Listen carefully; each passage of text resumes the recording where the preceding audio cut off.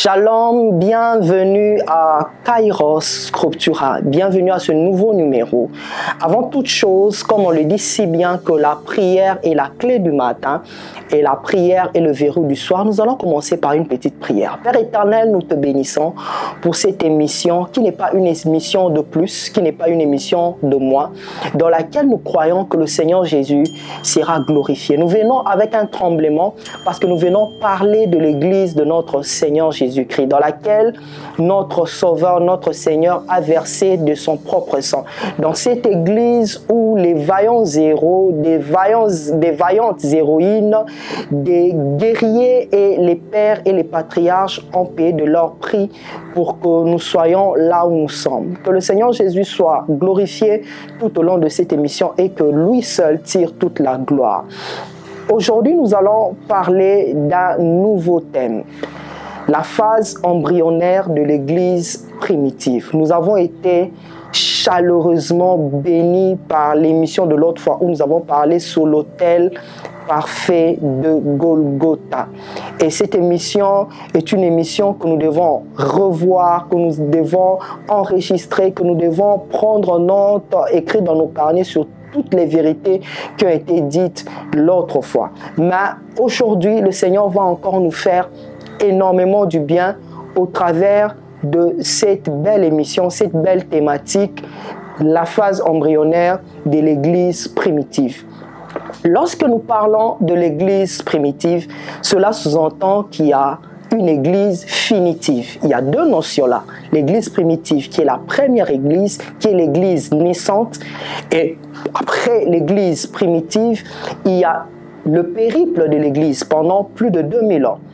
Et dans la fin de temps, nous avons la dernière Église que nous appelions l'Église finitive. Voilà le deux sommets ou les deux phases de l'Église. L'Église primitive et l'Église finitive. C'est comme deux sommets de montagnes. Et entre les deux montagnes, il y a une vallée qui est l'histoire de plus de 2000 ans de l'Église. Lorsque nous lisons dans Apocalypse 2 et Apocalypse 3, nous nous rendons compte évidemment de cette histoire de l'Église. Parce que lorsque notre Seigneur Jésus a révélé à son apôtre Jean, par l'intermédiaire, par le biais d'un ange, concernant la révélation de cette Église. Bien sûr, cette Église qui existait historiquement dans l'Asie mineure, dans l'actuelle Turquie, mais que nous pouvons voir et comprendre dans un angle purement prophétique. De l'église d'Éphèse jusqu'à l'église de Laodicée, nous avons là la compréhension totale de l'histoire de l'église, mais aussi de toutes les phases de l'église, que ce soit sur le plan prophétique, mais également sur le plan ecclésial. Dans cette émission, nous allons parler de cette église primitive. Quelle a été sa force? Quelle a été son organisation? Comment cette église a été structurée? Et l'héritage de cette église. Pourquoi parler de l'église primitive dans ce temps de la fin? Parce qu'on se rend compte, bel et bien, on se rend compte que ces derniers temps, il y a tellement de déviations, il y a tellement d'hérésies, il y a tellement de fausses doctrines, il y a tellement de mouvements, tellement de prédicateurs, tellement d'enseignants, tellement de faux apôtres, tellement de faux prophètes qui amènent de l'infiltration, de l'hybridation au sein de l'Église de Jésus-Christ. La compréhension de la naissance de l'Église revient à comprendre ce qui s'est passé à la croix, parce que nous sommes dans une suite logique. L'Église est née à Golgotha, l'Église est née à la croix, mais elle s'est manifestée le jour de la Pentecôte. J'aimerais ici vous ramener un peu dans la vie de Jésus. Pourquoi nous ramener dans la vie de Jésus? Parce que c'est lui qui est le pouls de cette église, parce que c'est lui qui est le chef de cette église, parce que c'est le Seigneur Jésus qui est la tête de cette église. Il est le second Adam. Si dans Genèse 2, le premier Adam, pour qu'on tire la première Ève de lui, il a fallu qu'il soit endormi. Mais le second Adam, notre Seigneur Jésus, son épouse, sa Ève ou la seconde Ève, est sortie des entrailles de notre Seigneur Jésus, des entrailles du second Adam, pendant qu'il était sur la croix. La prophétie est en train de dire ceci. La prophétie que les prophètes vétérotestamentaires, les prophètes archaïques avaient prédit, disait exactement qu'aucun de ces os ne devrait être brisé. L'agneau pascal devait être offert à Dieu totalement. Et il devait être sans défaut. Aucun de ces os ne devrait être brisé. Et à Golgotha, qu'est-ce qui se passe? Lorsque les soldats romains viennent sur les brigands, Christ a été crucifié au milieu de 2 brigands. Lorsqu'ils viennent auprès de brigands, ils brisent ces brigands les pieds. Mais s'agissant de Jésus-Christ, on aurait dû aussi briser ses pieds pour attester s'il est mort. Mais on va le percer du côté droit. Et lorsqu'on le perce du côté droit, il y a l'eau et le sang qui va sortir. Or, les Écritures néo-testamentaires nous disent clairement qu'il y a 3 choses qui rendent témoignage: l'eau, le sang et l'esprit. Et l'eau, c'est le symbole de ce qui s'est passé dans Jean 1, verset 29. Lorsqu'il est venu au Jourdain et on a dit, voici l'agneau de Dieu qui ôte le péché du monde. Cela ne s'est pas arrêté là. Il a reçu le témoignage des eaux lorsque le ciel était ouvert et que le Père a dit, celui-ci est mon fils bien-aimé, écoutez-le. Mais il y a le témoignage du sang. Et ça, c'est la plus grande chose. Lorsqu'il a versé de son propre sang. L'auteur de l'Épître aux Hébreux nous dit clairement qu'il est entré dans un tabernacle glorieux, non pas fait de main d'homme, dans lequel il a versé de son propre sang. Non pas avec le sang de bouc et de taureau, non pas avec un sacrifice des animaux, mais avec son propre sacrifice. Et dans cet autel glorieux, céleste, il a été agréé par le Père. Et le sang a été versé. Et la troisième chose qui rend témoignage, c'est ce qui se passe dans Acte 2. Acte 2, 1 à 4. Et là, il y a un témoignage extraordinaire que le prophète Joël avait déjà prophétisé. Quand vous lisez Joël 2, verset 28, la parole de Dieu dit clairement que dans les derniers jours, je répandrai de mon esprit. Vos fils et vos filles prophétiseront. Cette prophétie s'est accomplie sur Israël, sur les fils et les filles d'Israël, qui en ce jour-là, le jour de la Pentecôte, ils ont reçu les témoignages de l'Esprit. Comme la parole disait que 3 choses rendent témoignage, le soldat romain est venu du côté droit de notre Seigneur et il a percé. Et quand il a percé le Seigneur, il y a eu l'eau et le sang qui est sorti. Cela était de manière embryonnaire, parce que nous parlons de la phase embryonnaire de l'Église primitive. Prophétiquement, c'était en cet instant-là que l'Église est sortie de côte du premier Adam, du second Adam. Si la première Ève est sortie de côte du premier Adam, la seconde Ève, qui est l'Église, est sortie de côte du second Adam à la croix. Et la parole de Dieu dit exactement ceci, que celui qui sème de la chair récolte de la chair la corruption.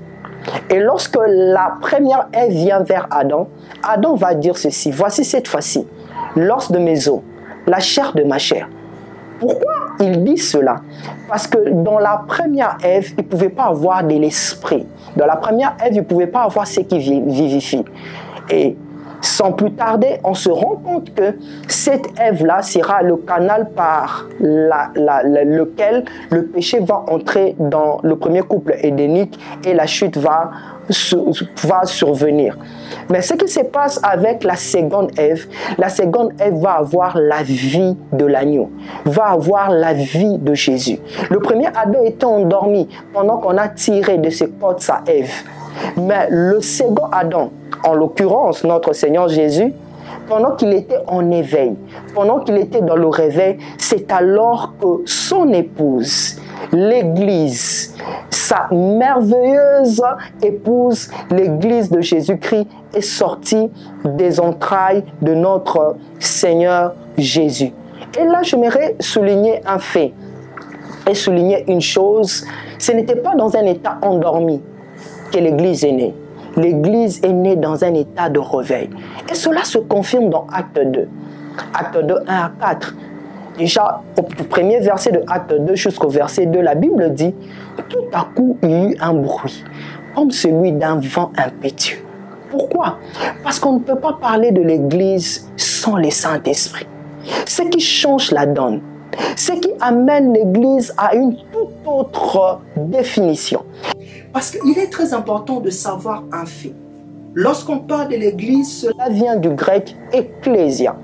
Ecclésia veut tout simplement dire l'assemblée.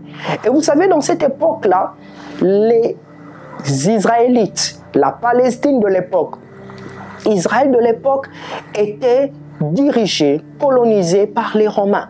Les Romains, bien sûr, qui avaient puisé leur démocratie, leur structure politique de la Grèce antique. Et c'est de là qu'ils avaient tiré les choses de l'Empire grec.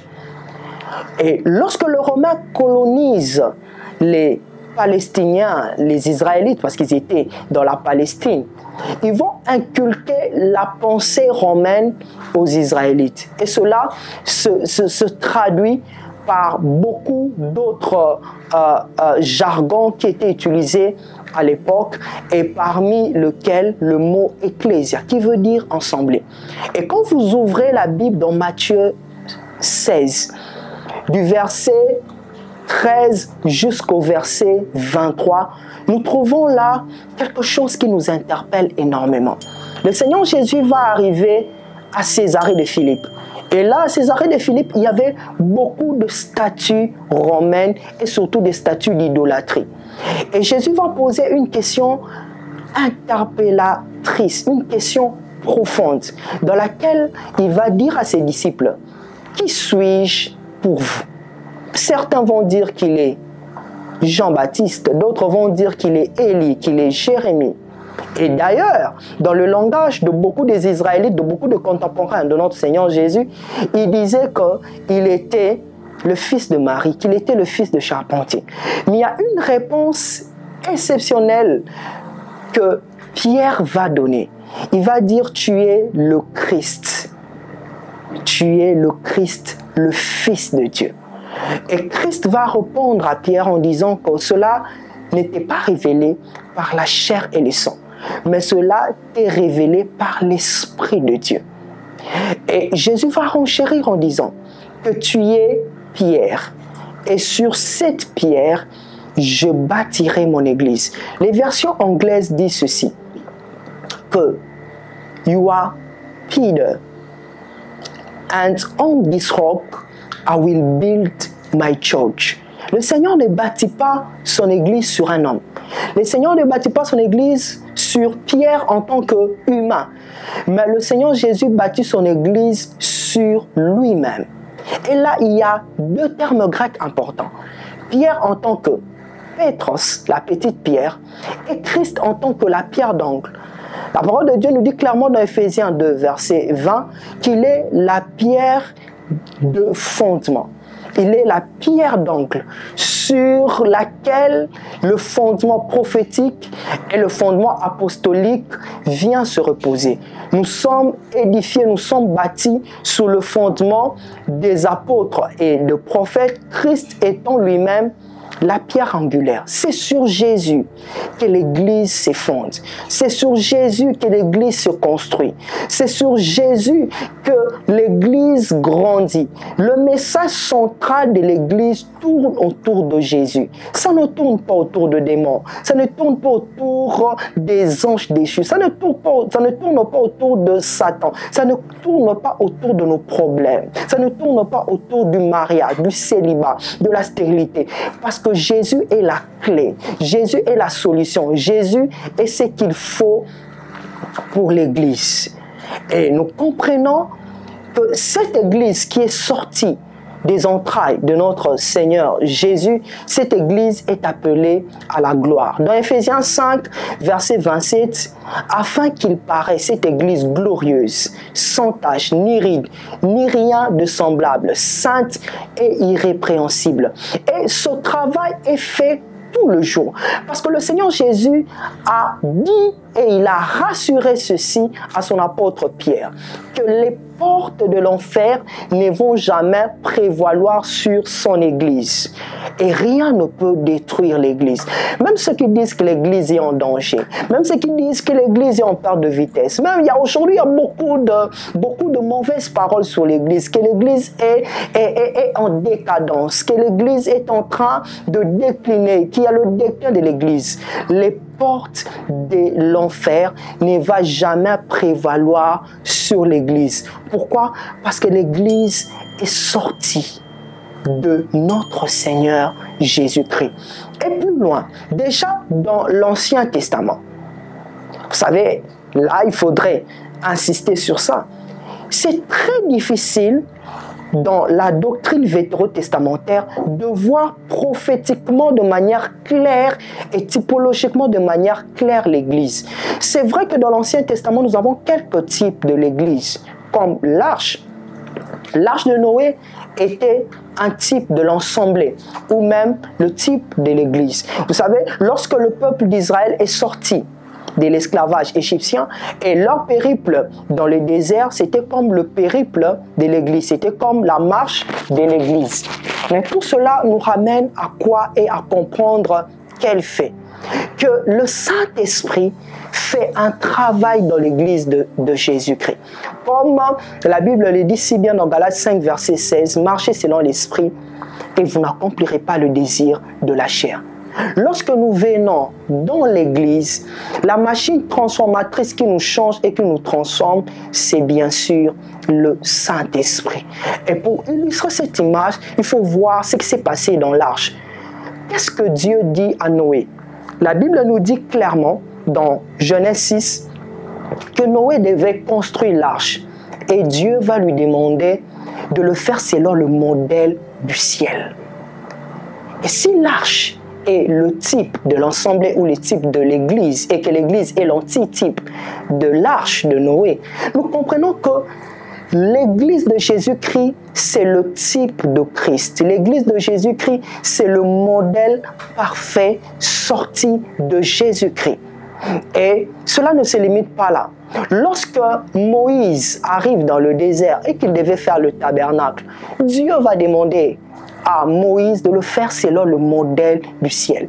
Ce qui se passe dans l'Église, ce n'est pas le modèle de la terre, mais c'est le modèle du ciel. Peu importe les difficultés, peu importe aujourd'hui les tendances doctrinales que nous avons, je suis rassuré et convaincu qu'il y a une Église glorieuse qui est en train de paraître. Non pas à cause de nous, mais à cause de celui qui a payé le sacrifice de sa chair et le sacrifice de son sang. À cause de celui qui est mort. Bien plus, il est ressuscité. À cause du Saint-Esprit qui est en train de conduire lentement mais sûrement l'Église vers la perfection. Et la parole de Dieu nous dit dans Colossiens 1, 26 à 27, le mystère caché de tous les temps. Mais dans ce temps de la fin, ce mystère a été manifesté dans le païen, à savoir Christ en vous, l'espérance de la gloire. Vous savez, les prophètes de l'Ancien Testament, touchant à la grâce qui nous ont été réservées, ont fait de cela l'objet de leur recherche et de leur investigation. Je venais de le dire tantôt, que dans l'Ancien Testament et dans la doctrine vétérotestamentaire, il est très difficile de bien voir ce qui concerne l'Église. D'ailleurs, pour mieux illustrer cela, il faut voir les 70 semaines de Daniel. Dans les 70 semaines de Daniel, on a 7 semaines, 62 semaines, et entre la 69e semaine et la 70e semaine, il y a comme une brèche, il y a comme une parenthèse, c'est le temps de la grâce, c'est le temps de l'Église. Et là, le prophète n'arrive pas à toucher cela. Ils essayaient d'apercevoir au loin ce qui était réservé en nous, comme un peu Moïse, lorsqu'il est monté sur la montagne et il a salué au loin la terre promise parce que ces choses n'étaient pas destinées à eux.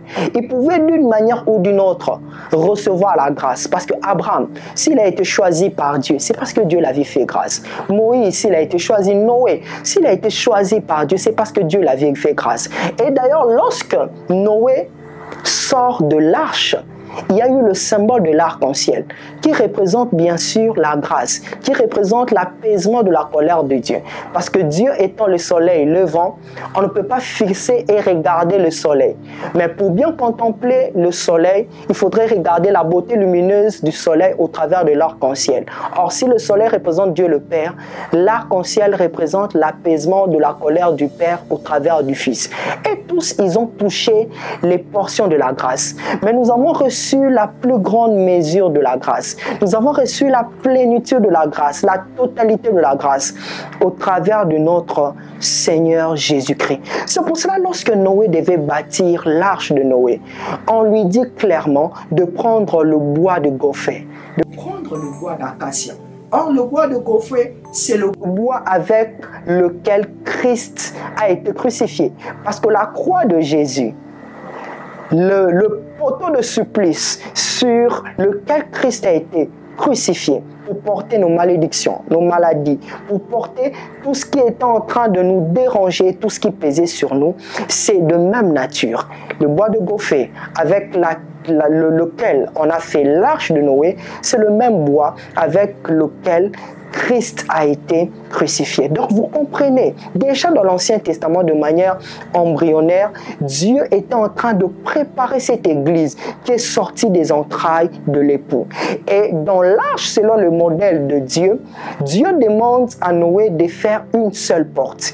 Et le Seigneur Jésus dans Matthieu 7, le verset 13 à 14, il dit « Passez par la porte étroite ». Car l'arche est le chemin qui mène à la perdition. La porte étroite, c'est lui-même le Seigneur Jésus-Christ. C'est lui la porte de brebis parce qu'il se présente comme la porte de brebis.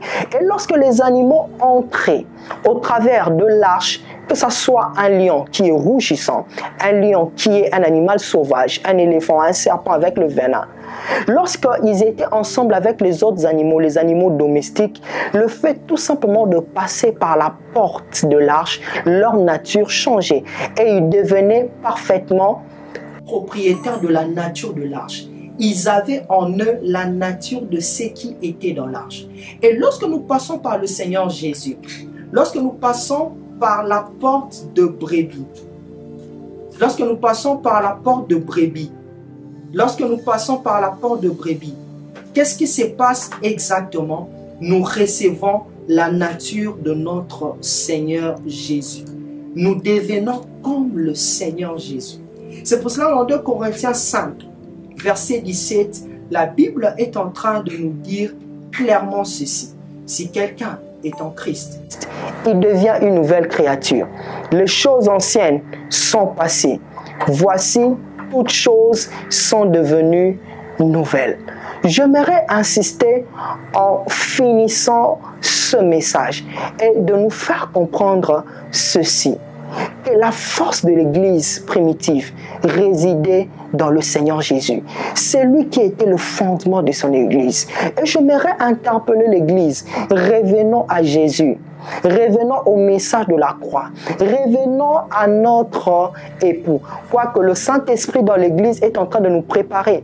Il est en train de faire le cosméo afin qu'on paraisse devant le Seigneur Jésus sans tache, ni ride, ni rien de semblable. Parce que jusqu'aujourd'hui, nous avons encore l'état ou le statut de la fiancée. Et au jour de noces de l'agneau, d'après Apocalypse 19, c'est alors qu'on va devenir officiellement l'épouse de Christ. Et j'aimerais insister que dans Acte 2, verset 42, que l'Église primitive, sa force, c'était le 4 piliers. Il demeurait dans la prière, il demeurait dans la fraction de pain, il demeurait dans les enseignements des apôtres et dans la communion fraternelle. Revenons à ce qui est essentiel. Revenons à ce qui est primordial. Et l'Église est une force. L'Église n'est pas une faiblesse. Et lorsque le Saint-Esprit est descendu sur eux, cette Église primitive a bouleversé le monde. Pierre qui est un homme timide, Pierre qui est un homme de temps en temps qui tergiversait, un homme qui chancelait dans sa foi. Que dire de Thomas qui était incrédule? Que dire de tous ses disciples, de tous les apôtres du Seigneur Jésus qui, du vivant du Maître, le maître leur disait, jusqu'à quand je vais vous supporter? Mais lorsque l'Esprit est descendu sur eux, ils ont gagné les mondes. Ils ont ouvert le port de l'Église au monde. Et Dieu confirmant sa parole dans Acte 9, Paul qui était un rejetant, lui qui était exclu de ces choses, Dieu va le choisir et il va devenir l'apôtre de gentil. Nous comprenons que nous devons être les imitateurs de nos patriarches, de nos apôtres, de nos aînés, de nos héros, de nos vaillants, de nos héroïnes, de nos guerrières. Parce que l'Église de Jésus-Christ a une histoire. Et cette Église, elle est glorieuse. Cette Église, c'est l'Église qui va amener le changement dans ces mondes. Mais nous croyons également que cette Église, c'est une Église finitive. Parce que dans Apocalypse 3, verset 20, nous sommes confirmés que nous sommes dans l'Église de la Odyssée. Et c'est cette Église-là qui sera enlevée. Bien-aimés, nous sommes arrivés à la fin de cette émission et nous avons besoin de vos questions. Mais en finissant, j'aimerais faire cet appel, toi qui n'es pas encore chrétien, toi qui es encore dans d'autres religions, dans lesquelles il n'y a pas la vie, j'aimerais t'inviter à accepter le Seigneur Jésus comme ton Seigneur et Sauveur. Et fais avec moi cette prière. Seigneur Jésus, j'ai été loin de toi. Je marchais par moi-même dans le péché et dans les vanités de ce monde. Mais j'aimerais m'approcher près de toi. Et je crois qu'au travers de toi, que j'aurai la vie et la vie en abondance. Et au travers de ce que tu as accompli à Golgotha, je veux aussi appartenir à la famille chrétienne, à la merveilleuse famille chrétienne. Si vous avez fait cette prière, croyez que le Seigneur Jésus vous a sauvé et que le Seigneur vous bénisse. Shalom, nous sommes arrivés à la fin de cette émission. À nous revoir très bientôt pour les prochains numéros. Que Dieu vous bénisse.